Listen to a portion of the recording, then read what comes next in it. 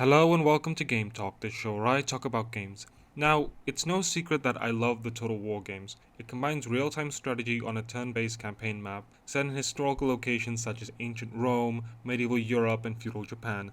So today we're going to rank the ones that I've played in order from worst to best. And when I say the ones that I've played, I mean Shogun 1, Medieval 1, and Attila will not be on this list. So now, let's get started.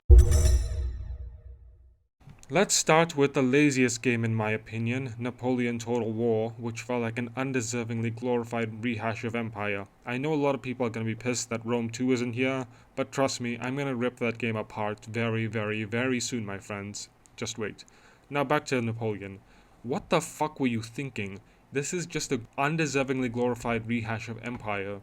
It was, put it this way, Empire's campaign was largely focused on European colonialism in the 1700s, while Napoleon's campaign focuses on the Napoleonic Wars.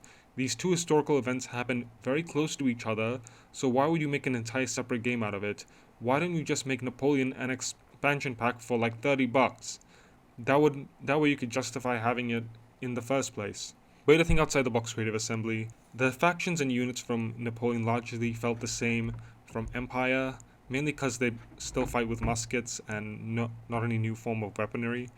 But yeah, they just largely felt the same, and so did the battlefields. I mean, most of it was set in Europe, and as was Empire. And let's get moving on with this list, shall we? And now let's talk about the most infamous Total War game, Rome 2 Total War. This AI in this game is utter shit.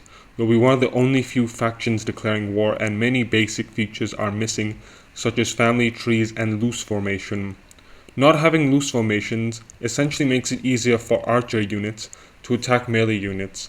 Speaking of units, why is it when two units collide they decide to form a giant gelatinous mass instead of colliding like normal people do?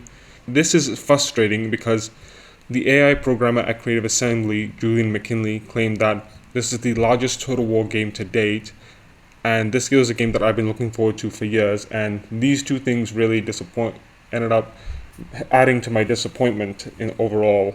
To add to that, there were very nightmarish facial animations, which I refused to show on screen for your own good.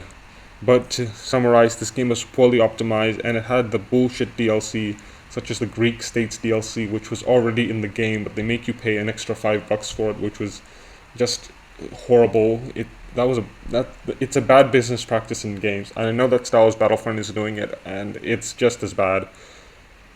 In short, this game was horrible, but at least it felt like a new game, while Napoleon felt like a glorified expansion pack.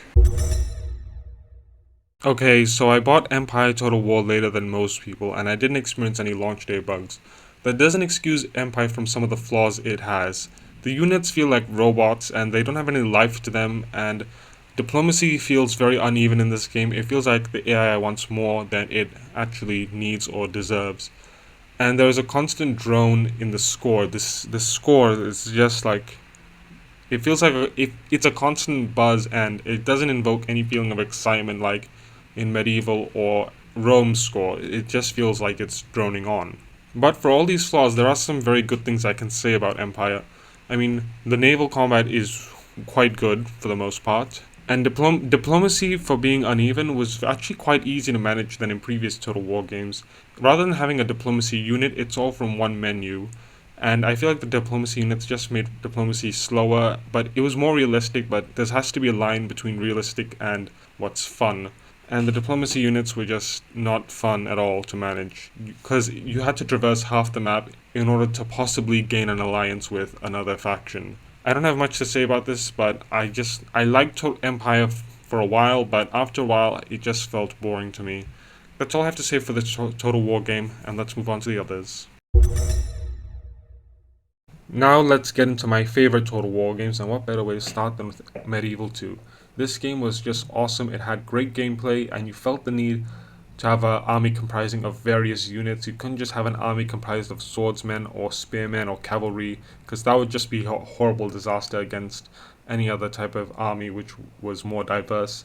And the battles in this game just felt super epic because of the score and sound design to them. There was swords clashing on swords.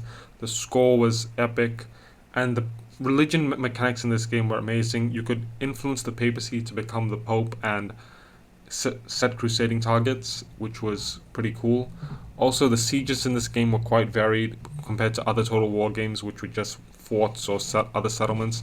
There were different tiers like citadels, cities, which was which kept it interesting. I feel like if because I feel like every siege in Shogun 2, one of my favorite Total War games, just felt the same because I was assaulting the same fort or same castle. But this game just kept it varied, which was awesome. And if you haven't checked this game out, check it out and thank me later. Okay, so Rome 1 has a special place in my heart for introducing me to the entire Total War series.